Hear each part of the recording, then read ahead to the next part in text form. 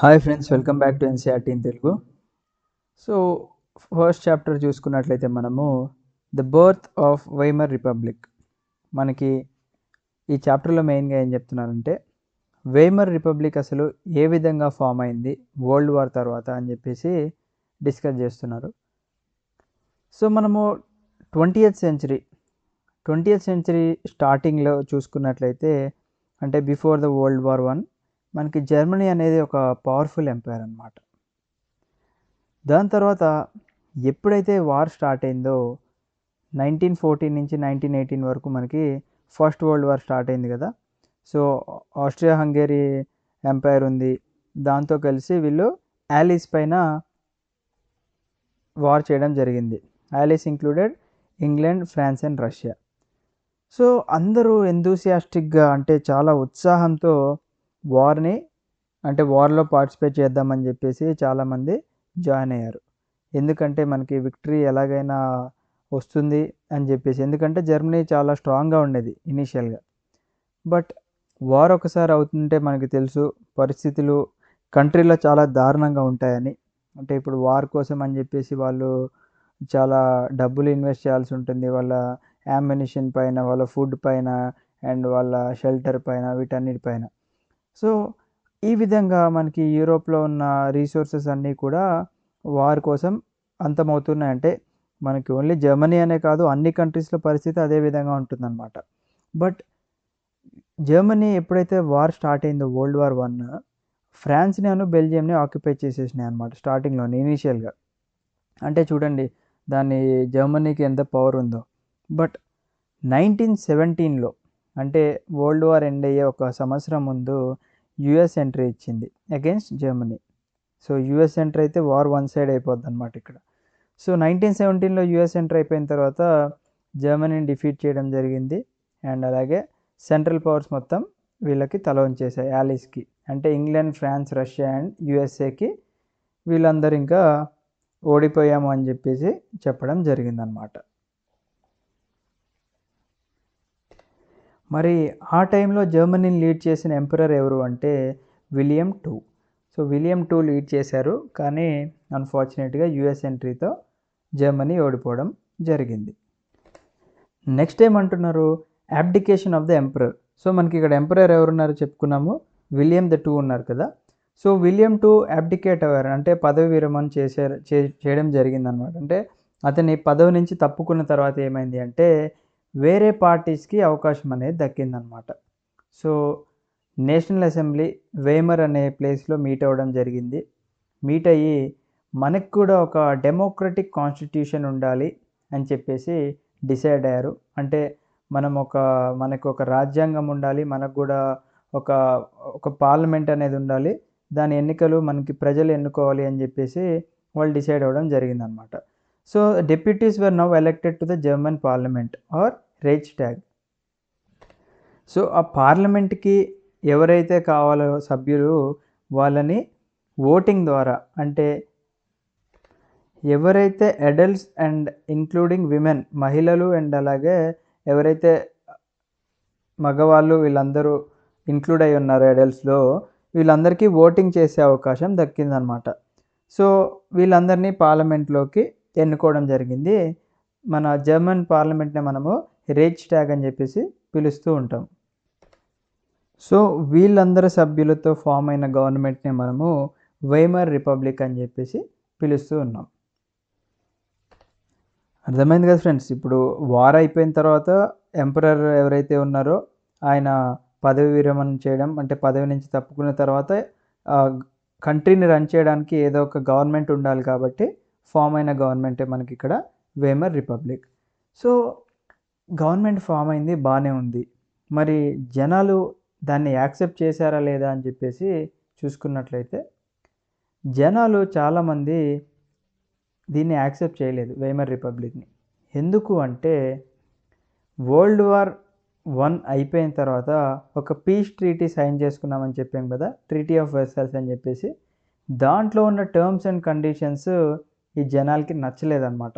అందుకే వీళ్ళు ఈ ఫామ్ అయిన గవర్నమెంట్ని యాక్సెప్ట్ చేయలేదు. సో మనకి ఇక్కడ ఒక మ్యాప్ ఇచ్చారు చూడండి. ఒకసారి నా మౌస్ పాయింటర్ చూసుకున్నట్లయితే ఏదైతే ఇక్కడ నేను గీసే ఒక లైన్ ఉందో ఇది మొత్తం మనం జర్మనీ 1914లో ఇది మొత్తం ఇంక్లూడ్ అయి ఉందన్నమాట. బట్ వరల్డ్ వార్ 1 అయిపోయిన తర్వాత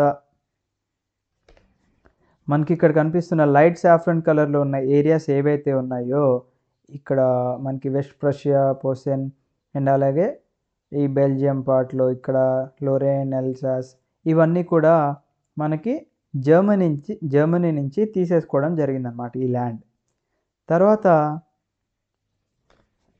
మనకి లైట్ పర్పుల్లో కనిపిస్తున్న ఏరియాస్ ఉన్నాయి చూసారా. సో నా మౌస్ పాయింటర్ దగ్గర ఉన్నప్పుడు ఈ ఏరియా వచ్చేసి ఈ ఏరియా అండ్ అలాగే ఇక్కడ ఉన్న ఏరియా. సో ఇక్కడ ఉన్న ఏరియా లైట్ పర్పుల్ ఉంది కదా, ఇది లీగ్ ఆఫ్ నేషన్ కంట్రోల్లో ఉందన్నమాట. సో లీగ్ ఆఫ్ నేషన్ అనేది first world wide intergovernmental organisation అనమాట. ఇదేంటంటే మెయిన్గా శాంతికి గుర్తు. ఈ ఆర్గనైజేషన్ ఏంటంటే వరల్డ్ పీస్ని మెయింటైన్ చేస్తూ ఉంటుందన్నమాట. అంటే ప్రపంచ దేశాల మధ్యలో శాంతిని నెలకొల్పడానికి లీగ్ ఆఫ్ నేషన్స్ అనేది ఫామ్ అవ్వడం జరిగింది. అండ్ ఇది 10th January 1920లో ఫామ్ అయిన తర్వాత మనకి ఈ 2 ఏరియాస్ని ఆక్యుపై చేయడం జరిగిందనమాట. తర్వాత మనకి ఇక్కడ లైట్ పర్పుల్ కలర్లోనే చిన్న స్ట్రైక్స్ కనిపిస్తున్నాయి చూసారా. దీన్నే డీమిలిటరైజ్డ్ జోన్ అని చెప్పేసి పిలుస్తూ ఉంటారు. డీమిలిటరైజ్డ్ జోన్ అంటే ఆ ఏరియాలో ఎలాంటి విధమైన సోల్జర్స్ కానీ లేకపోతే ఆర్మీ వెహికల్స్ కానీ ఆర్మీ ట్యాంక్స్ ఏవైనా కానీ ఆ ఏరియాలో కనపడకూడదు అన్నమాట. సో ఇది మనకి జర్మనీ వరల్డ్ వార్ 1 తర్వాత పరిస్థితి.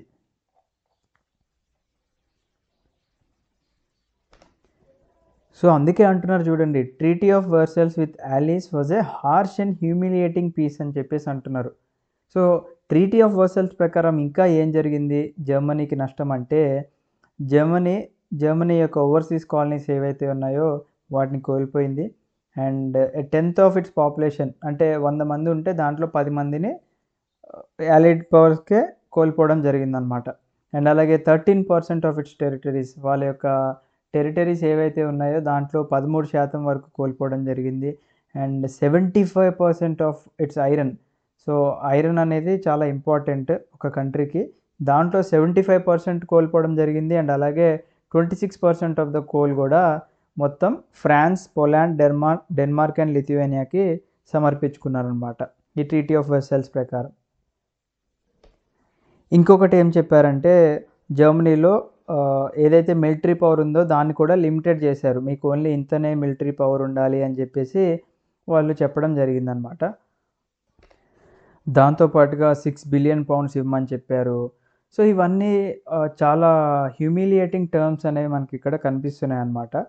సో దీనివల్లనే మనకి కొత్తగా ఫామ్ అయిన గవర్నమెంట్ కూడా జనాలు యాక్సెప్ట్ చేయట్లేదు. సో నెక్స్ట్ టాపిక్ వచ్చేసి ఇక్కడ ద ఎఫెక్ట్స్ ఆఫ్ వార్. అంటే వార్ తర్వాత జరిగిన పరిస్థితులు ఏంటో ఒకసారి మనం చూద్దాం. సో మనకి వార్ అయిపోయిన తర్వాత the war had a devastating impact on the entire continent.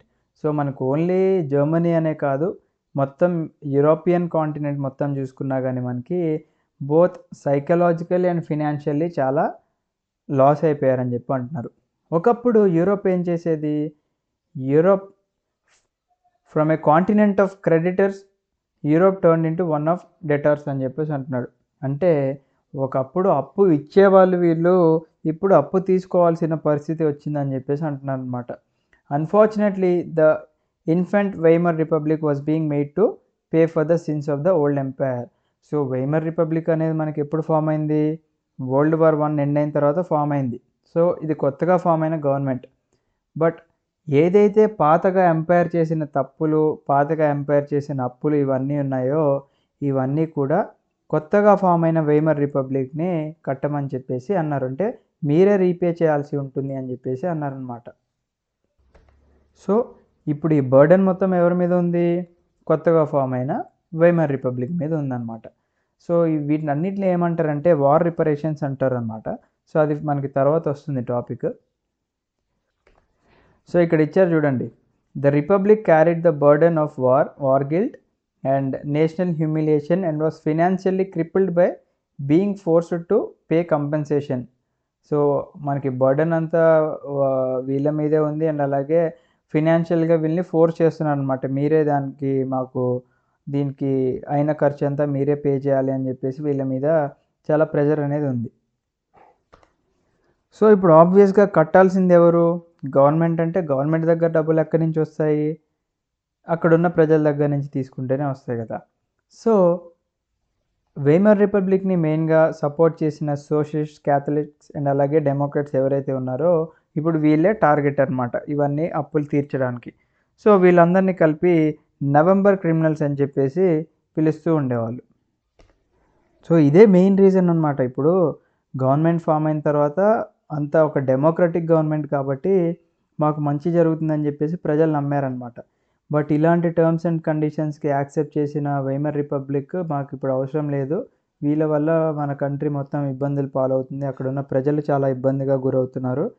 So మాకు డిక్టేటర్‌షిప్పే కావాలి అని చెప్పేసి వీళ్ళు తర్వాత ఫైట్ చేయడం జరుగుతుంది. సో అది మనం చూద్దాం. అందుకే మనకి తర్వాత హిట్లర్ మనకి పవర్‌లోకి రావడం జరుగుతుందనమాట.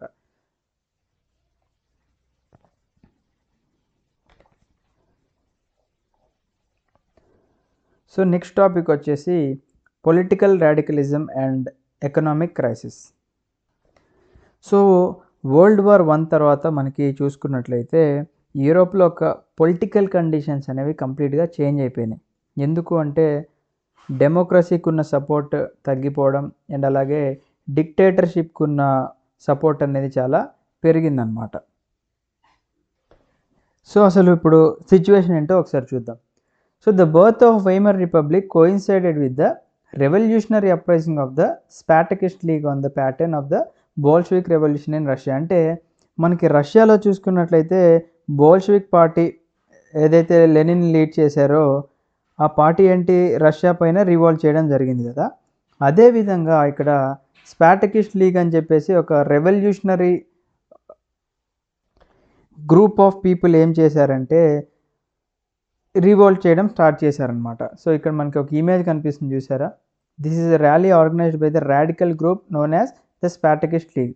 సో వీళ్ళందరూ ఏంటి అంటే మాకు డెమోక్రటిక్ గవర్నమెంట్ అవసరం లేదు, మాకు డిక్టేటర్షిప్ కావాలి అని చెప్పేసి వీళ్ళు గొడవ చేయడం జరుగుతుంది.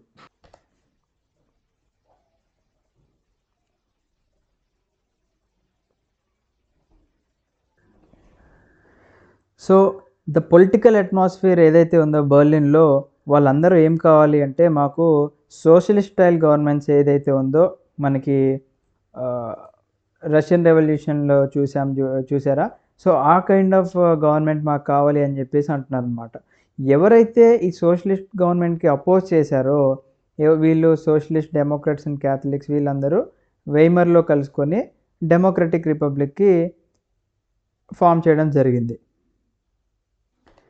అండ్ ఎలాగైతే వెయిమర్ రిపబ్లిక్కి ఆపోజిట్గా వచ్చిన జనాలు వీళ్ళ మీద ఏం చేశారంటే వీళ్ళు వెయిమర్ రిపబ్లికన్ గవర్నమెంట్ తొక్కివేయడం జరిగిందనమాట. సో అందుకే ఇచ్చారు చూడండి, the Weimar republic crush the uprising with the help of war veterans organisation called free corps. But అప్పటికే కోపంతో రగిలిపోతున్న స్పాటకిస్ట్ వీళ్ళందరూ ఏం చేశారు అంటే communist party of Germany form చేయడం జరిగింది. మనం చెప్పుకున్నాం, గుర్తుందా మీకు, రష్యన్ రెవల్యూషన్ జరిగే టైంలో ఆ రష్యన్ రెవల్యూషన్ని చూసి ఇన్స్పైర్ అయిన వేరే కంట్రీస్ కూడా మనకి కమ్యూనిస్ట్ పార్టీస్ ఫామ్ చేయడం జరిగింది. ఫర్ ఎగ్జాంపుల్ 1920స్లో మనకి కమ్యూనిస్ట్ పార్టీ ఆఫ్ ఇండియా ఏ విధంగానైతే ఫామ్ అయిందో అదేవిధంగా ఇక్కడ కమ్యూనిస్ట్ పార్టీ ఆఫ్ జర్మనీ అనేది ఫామ్ అవ్వడం జరిగిందనమాట. సో దీని తర్వాత ఏమైంది, కమ్యూనిస్ట్ ఫామ్ చేసిన స్పాటకిస్ట్ అండ్ అలాగే వెయిమర్ రిపబ్లిక్కి సపోర్ట్ చేసిన సోషలిస్ట్కి ఒకళ్ళంటే ఒకరికి కోపతాపాలు పెరిగిపోయినాయి అనమాట. అంటే వాళ్ళు ఎనిమీస్గా మారడం జరిగింది. అంటే ఒకళ్ళంటే ఒకళ్ళు అగెయిన్స్ట్గా ఉన్నారనమాట ఒకళ్ళకి ఒకళ్ళు. బట్ హిట్లర్కి అదే సమయంలో ఎవరు అపోజిషన్ లేరనమాట.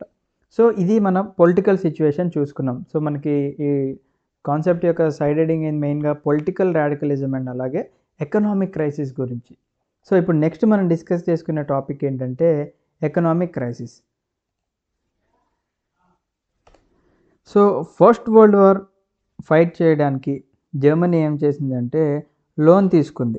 ఎందుకు వాళ్ళకి అందరికీ ఎవరైతే ఆర్మీలో ఉన్న సభ్యులు వాళ్ళ యొక్క ఫుడ్ ఖర్చులు గానీ, లేకపోతే ఇంకా అదర్ ఎక్స్‌పెన్సెస్ కోసం జర్మనీ ఏం చేసింది అంటే లోన్స్ తీసుకోవడం జరిగిందనమాట.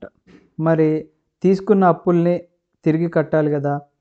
కట్టడానికి ఏం చేసిందంటే గోల్డ్ రూపంలో వీళ్ళు రీపే చేయడం జరిగిందనమాట. మరి డబ్బు రూపంలో ఇవ్వకుండా గోల్డ్ రూపంలో ఇచ్చేస్తున్నారు కాబట్టి వాళ్ళ కంట్రీలో ఉన్న గోల్డ్ రిజర్వ్స్ అన్నీ ఏమైతాయి? డిప్లీట్ అవ్వడం మొదలవుతాయి. అంటే depletion is nothing but reduce అయిపోతూ ఉంటాయి. లేకపోతే ఎంప్టీ అయిపోతూ ఉంటాయన్నమాట. సో, గోల్డ్ రిజర్వ్స్ కూడా ఇప్పుడు డిప్లీట్ అయిపోయినాయి. ఇంకా జర్మనీ చేతులెత్తేసిందనమాట. So, 1923 Germany refuse to pay. ఇంక మేము పే చేయలేము అని జెప్పేసి చెప్పింది. So, the French occupied its leading industrial area Ruhr. Ruhr అనే ప్లేస్ ఒకటుంది. అది జర్మనీలో ఇండస్ట్రియల్ ఏరియా అనమాట. సో, వీళ్ళు మాకు డబ్బులు కట్టట్లేదు, గోల్డ్ కట్టట్లేదు అని జెప్పేసి ఫ్రెంచ్ వాళ్ళు అంటే ఫ్రాన్స్ దేశం వాళ్ళు ఏం చేశారు అంటే ఆ ఇండస్ట్రియల్ ఏరియాని ఆక్యుపై చేసేసి అక్కడున్న కోల్ ఇవన్నీ కూడా వాళ్ళు వాళ్ళ సొంతం చేసుకున్నారు. సో, ఇబ్బందులు చూస్తే పెరిగిపోతున్నాయి. ఒక పక్క గోల్డ్ రిజర్వ్స్ లేవు. ఒక పక్కన కోల్ కూడా లేదు. అంటే బొగ్గు కూడా చాలా ఇంపార్టెంట్ ఒక కంట్రీకి. మరి జర్మనీ ఇప్పుడు హైపర్ ఇన్‌ఫ్లేషన్‌కి ఎళ్ళిపోయిందనమాట. అంటే కరెన్సీని ఇంక ఇష్టం వచ్చినట్టు ప్రింట్ చేస్తూ ఉంది. ఎందుకంటే వాళ్ళు ఉన్న ఎకనామిక్ క్రైసిస్ నుంచి ఎలాగైనా బయటపడాలి మేము అని జెప్పేసి చాలా మనీని ప్రింట్ చేయడం అండ్ అలాగే సర్క్యులేట్ చేయడం చూస్తూనే ఉన్నాం. సో, అదే మనకి ఇక్కడ ఒక ఇమేజ్‌లో ఇచ్చారు చూడండి. Baskets and carts being loaded at a bank in Berlin with paper currency for wage payment. So, ఏదైతే పేమెంట్స్ కోసం ఉన్నాయో 1923లో దానికోసం మొత్తం బాస్కెట్స్ అండ్ కార్ట్స్ నింపేస్తున్నారనమాట. సో, అప్పుడున్న జర్మన్ కరెన్సీని ఏమని పిలిచేవారంటే మార్క్ అనేవాళ్ళు.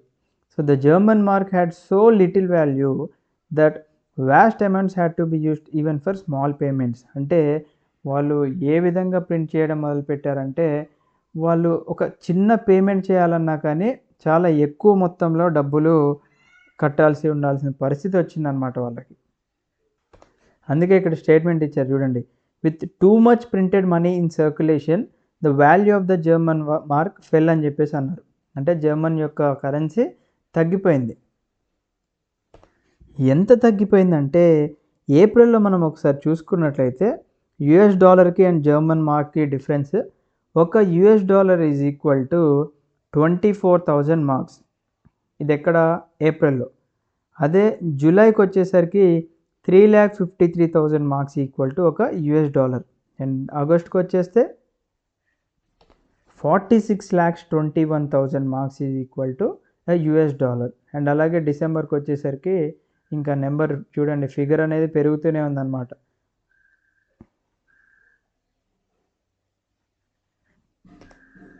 సో, మొత్తానికి ఒక యూఎస్ డాలర్ వాల్యూ మార్క్స్‌లో చూసుకుంటే ట్రిలియన్స్‌లోకి వెళ్ళిపోవడం జరిగిందన్నమాట. So, as the value of mark collapse prices of goods sold. So, currency ఏదైతే ఉందో అది కొలాప్స్ అయిపోవడం జరిగింది. బట్ గూడ్స్ యొక్క ప్రైజెస్ కూడా పెరగడం జరిగింది. అండ్ మనకి జర్మనీలో చిన్న బ్రెడ్ ముక్క తినాలన్నా గానీ మనము కార్ట్స్‌లో అండ్ బుట్టల్లో మనకి డబ్బులు తీసుకొని వెళ్ళాల్సిన పరిస్థితి వచ్చేసిందనమాట. సో, మెయిన్‌గా మనకి జర్మనీలో ఉన్న గూడ్స్ వాల్యూ ఎందుకు పెరిగింది అంటే, వాళ్ళేం చేశారు, కరెన్సీనే ప్రింట్ చేస్తున్నారు అప్పులు తీర్చడానికి. బట్ ప్రొడక్షన్ అనేది మనకి ఎక్కడా కనిపించలేదనమాట. అంటే మనకి గూడ్స్ అండ్ సర్వీసెస్ ప్రొడ్యూస్ చేయడం అనేది ఎక్కడా కనిపించలేదు. అందుకే ఈవెన్ ఏ స్మాల్ బ్రెడ్ కూడా వేరే దగ్గర నుంచి ఇంపోర్ట్ చేసుకోవాల్సిన పరిస్థితి వచ్చింది. అండ్ వాళ్ళకి రీపే చేయడానికి వీళ్ళు కొన్ని బుట్టల్లో డబ్బులు నింపేసి ఇవ్వాల్సిన పరిస్థితి వచ్చిందనమాట. సో, ఈ క్రైసిస్‌ని ఏమంటారంటే హైపర్ ఇన్‌ఫ్లేషన్ అని చెప్పేసి అంటున్నారు. A situation when prices rise phenomenally high. So, అప్పుడున్న న్యూస్ పేపర్స్‌లో కూడా వీళ్ళు వీళ్ళు పడే కష్టం గురించి న్యూస్‌లో చాలా స్ప్రెడ్ అవ్వడం జరిగింది. అండ్ అన్ని కంట్రీస్‌కి కొంచెం సింపతి అనేది వచ్చింది. అరెరే! పాపం జర్మనీ చాలా ఇబ్బందుల్లో ఉందని చెప్పేసి అమెరికా ఇంటర్వ్యూన్ అయింది ఇక్కడ.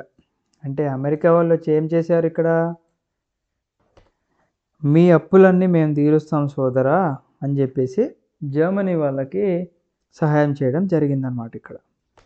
సో, అప్పుడు అమెరికా వాళ్ళు డావ్స్ ప్లాన్ అని చెప్పేసి ఒకటి ఇంట్రడ్యూస్ చేయడం జరిగింది. దీనివల్ల ఏవైతే మనకి వార్ రిపరేషన్స్ ఉన్నాయో వాటన్నిటిని కొంచెం బర్డెన్ అనేది తగ్గించడం జరిగిందనమాట జర్మన్స్ మీద. ఇక్కడ డావ్స్ ప్లాన్ అంటే ఏంటంటే, ముందుగా మనం ఏం చెప్పుకున్నాము, వరల్డ్ వార్ 1 తర్వాత ఓడిపోయిన కంట్రీస్ అన్నీ వార్ రిపరేషన్స్ గెలిచిన కంట్రీస్‌కి ఇవ్వాలి అని చెప్పేసి చెప్పుకున్నాం. సో, ఏ విధంగా అయితే జర్మనీ మనకి కంట్రీస్‌కి రీపే చేస్తుందో, అదే విధంగా మనకి ఫ్రాన్స్, బ్రిటన్ ఇవి కూడా రీపే చేయాలి. ఎందుకంటే ఇవి సెంట్రల్ పవర్స్, అమెరికా ఇవొచ్చేసి అలైడ్ పవర్స్ కదా! సో, అమెరికా ఏం చేసింది తెలివిగా, జర్మనీకి లోన్ ఇచ్చింది. జర్మనీ ఏం చేసింది, బ్రిటన్ అండ్ ఫ్రాన్స్‌కి ఏదైతే రిపరేషన్స్ ఉన్నాయో అవి ఇవ్వడం జరిగింది. అండ్ బ్రిటన్ అండ్ ఫ్రాన్స్ వాళ్ళు ఏం చేశారు, వాళ్ళు వాళ్ళ యొక్క లోన్స్ ఏవైతే ఇవ్వాలో యూఎస్ఏకి ఆ విధంగా వాళ్ళు ఇచ్చేసుకునేవాళ్ళనమాట. సో, మొత్తానికి టెంపరరీగా సిట్యుయేషన్ నుంచి బయటపడ్డారు వీళ్ళు. నెక్స్ట్ వచ్చేసి ద ఇయర్స్ ఆఫ్ డిప్రెషన్. 1924 నుంచి 28 వరకు మనకి కొంత స్టెబిలిటీ అనేది కనిపించింది. ఎందుకంటే యూఎస్ఏ హెల్ప్ చేస్తుంది కాబట్టి వీళ్ళు అప్పులు తీర్చేయడం మొదలుపెట్టారు. Yet this was built on sand, అంటే ఇది కేవలం మట్టి మీద కట్టిన ఒక భవనం లాంటిది అంటున్నారు. ఎందుకు, German investments and industrial recovery were totally dependent on short term loans largely from the USA. So, USA దగ్గర నుంచి తీసుకున్న లోన్స్ నుంచే వీళ్ళు కట్టేస్తూ ఉన్నారు. బట్ యూఎస్ఏ సపోర్ట్ అనేది వీళ్ళకి ఒక సిచ్యువేషన్లో కంప్లీట్గా ఇవ్వలేదన్నమాట. అంటే ఒక సిచ్యువేషన్లో యూఎస్ నుంచి సపోర్ట్ అనేది దొరకలేదు. ఎందుకు, 1929లో ఏమైందంటే the wall street exchange crash అయిపోయింది. అంటే మన ప్రపంచంలోని అతిపెద్ద స్టాక్ మార్కెట్, అంటే వరల్డ్స్ బిగ్గెస్ట్ స్టాక్ మార్కెట్ ఏది అంటే యూఎస్ఏలో ఉన్న wall street. So, wall street ఎప్పుడైతే క్రాష్ అయిపోయిందో జర్మనీకి కూడా సపోర్ట్ అనేది అప్పుడు ఆగిపోవడం జరిగింది. సో, ఇప్పుడు ఎవరైతే షేర్స్ కొనుక్కున్నారో వాళ్ళందరికీ భయం పుట్టిందనమాట. అమ్మ, ప్రైజెస్ అన్నీ తగ్గిపోతున్నాయి అని ఏం చేశారు, 24th అక్టోబర్ ఒక్క సింగిల్ డేలోనే 13 మిలియన్ షేర్స్‌ని వాళ్ళు అమ్మేయడం జరిగింది. ఎవరైతే సేల్స్ కొన్న వాళ్ళు ఉంటారో వాళ్ళందరూ కూడా సేల్స్ అమ్మేశారనమాట. సో, ద గ్రేట్ ఎకనామిక్ డిప్రెషన్‌కి ఇది ఒక తొలి మెట్టు. బట్ నెక్స్ట్ 3 ఇయర్స్‌లో ఏమైంది, 1929 నుంచి 1932 వరకు యూఎస్ఏకున్న నేషనల్ ఇన్కమ్ ఏదైతే ఉందో అది సగం అయిపోయింది. ఫ్యాక్టరీస్ అన్నీ మూసివేయడం జరిగింది, ఎక్స్‌పోర్ట్స్ తగ్గిపోయినాయి, ఫార్మర్స్ కూడా చాలా బీద పరిస్థితిలోకి వెళ్ళిపోయారు. అండ్ ఏదైతే మార్కెట్‌లో ఉన్న మనీ మొత్తం ఉందో అది కంప్లీట్‌గా విత్‌డ్రా చేయడం జరిగిందనమాట. సో, యూఎస్ఏ ఇంత దారుణమైన పరిస్థితిలో ఉంటే మరి ఇంకా దారుణమైన పరిస్థితిలో ఉండాల్సింది ఎవరు అంటే మన జర్మనీ వాళ్ళు. సో, 1929లోనే చూస్తే మనకి ఇండస్ట్రియల్ ప్రొడక్షన్ ఏదైతే ఉందో చాలా దారుణంగా ఉండేది. అది 1932కి వచ్చేసరికి జర్మనీలో 40% తగ్గిపోయిందనమాట. అండ్ వర్కర్స్ వాళ్ళ యొక్క జాబ్స్ కోల్పోయారు. అండ్ వాళ్ళ యొక్క వేజెస్ ఏవైతే ఉన్నాయో అవి కూడా చాలా తగ్గిపోయినాయి అన్నమాట. అండ్ అన్‌ఎంప్లాయ్‌మెంట్ కూడా పెరిగిపోయింది. అండ్ 6 మిలియన్ అన్‌ఎంప్లాయ్డ్ ఇప్పుడు జర్మనీలో నివసిస్తున్నారు. 6 మిలియన్ అంటే అది చాలా పెద్ద నెంబర్ అని చెప్పుకోవచ్చు. ఎందుకంటే 1 మిలియన్ ఈక్వల్ టు 10 లాక్స్ కాబట్టి 6 మిలియన్ అంటే 60 లాక్స్ మెంబర్స్ రోడ్ల పైన వచ్చేసి ఏం చేశారు, వాళ్ళ మెడల్లో కొన్ని కార్డ్స్ పెట్టుకున్నారు. అంటే ఒక కార్డ్ మీద ఏం రాసుకున్నారు, willing to do any work అని చెప్పేసి. అంటే మెడలో ఒక ప్లేట్ లాంటిది తగిలించుకొని మేము ఏ పనైనా చేయడానికి సిద్ధంగా ఉన్నాము అని చెప్పేసి వాళ్ళు రాసుకొని తిరుగుతున్నారు. సో, ఒక పక్క ఉద్యోగం లేదు, మరి ఏం చేస్తారు వాళ్ళు, పేకలు ఆడుకోవడమో లేకపోతే స్ట్రీట్స్ దగ్గర ఖాళీగా కూర్చోవడమో ఈ విధంగా చేస్తూ ఉండేవాళ్ళు. ఎందుకంటే వాళ్ళకు ఉద్యోగం లేదు. బట్ ఇప్పుడు ఉద్యోగం లేకపోతే ఏం ఐడియాస్ వస్తాయి వాళ్ళకి, అన్ని క్రిమినల్ ఐడియాస్ వచ్చేసి వీళ్ళు ఉద్యోగం లేని వాళ్ళందరూ క్రిమినల్ యాక్టివిటీస్‌లో పాల్గొనేవారు. సో, ఇక్కడ ఇమేజ్‌లో కనిపిస్తుంది చూడండి. ఇక్కడ ఒక లైన్ ఉంటే దానిపైన అన్‌ఎంప్లాయిడ్ యూత్ అంతా పడుకొని ఉన్నారు దానిపైన. ఏమని చెప్తున్నారు, during the great depression the unemployed could not hope for either wage or shelter. వాళ్ళకి వేజెస్ రావట్లేదు అండ్ అలాగే షెల్టర్ నివసించడానికి గృహం కూడా లేదు. On winter nights when they wanted a shelter over their head they had to pay to sleep like this. So ఈ విధంగా పడుకోవడానికి కూడా వాళ్ళు డబ్బులు కట్టాల్సిన పరిస్థితి వచ్చిందనమాట. సో జాబ్ లేని వాళ్ళ పరిస్థితి అంటే ఇది. జాబ్ ఉన్న వాళ్ళ పరిస్థితి ఏంటో ఒకసారి చూద్దాం. The economic crisis created deep anxieties and fear in people. మెయిన్గా మిడిల్ క్లాస్ చూసుకున్నట్లయితే ఎస్పెషల్లీ సాలరీడ్ ఎంప్లాయీస్, అంటే ఎవరికైతే శాలరీ వచ్చే ఎంప్లాయీస్ అండ్ అలాగే పెన్షనర్స్ ఉన్నారో వాళ్ళ సేవింగ్స్ అన్నీ వేస్ట్ అయిపోయినాయి. ఎందుకంటే కరెన్సీ యొక్క వాల్యూ బయట ఎక్కడ లేదు కాబట్టి. అండ్ బిజినెస్ మెన్ ఎవరైతే బిజినెస్ పెట్టుకొని లేకపోతే సెల్ఫ్ ఎంప్లాయిడ్ ఉన్నారో వీళ్ళందరూ కూడా బిజినెస్లన్నీ చాలా లాస్లో నడుస్తున్నాయి. వీళ్ళందరికీ భయం పుట్టుకుందనమాట. మేము కూడా లాస్ట్కి డైలీ వర్క్ చేసే లేబరర్స్ లాగా మారిపోతామా అని చెప్పేసి వీళ్ళలో భయం అనేది చాలా ఎక్కువ అయిపోయింది. ఆ ఫియర్నే ప్రోలెటరైజేషన్ అని చెప్పేసి అంటారు. సో ఈ విధంగా మనము ఏ సెక్షన్స్ ఆఫ్ ద సొసైటీ చూసుకున్నా కానీ ప్రతి ఒక్కరిలో భయమే. మరి ఈ టైంలో ఫామ్ అయిన వైమర్ రిపబ్లిక్ ఏమన్నా హెల్ప్ చేసిందా అంటే అది కూడా హెల్ప్ చేయలేదు.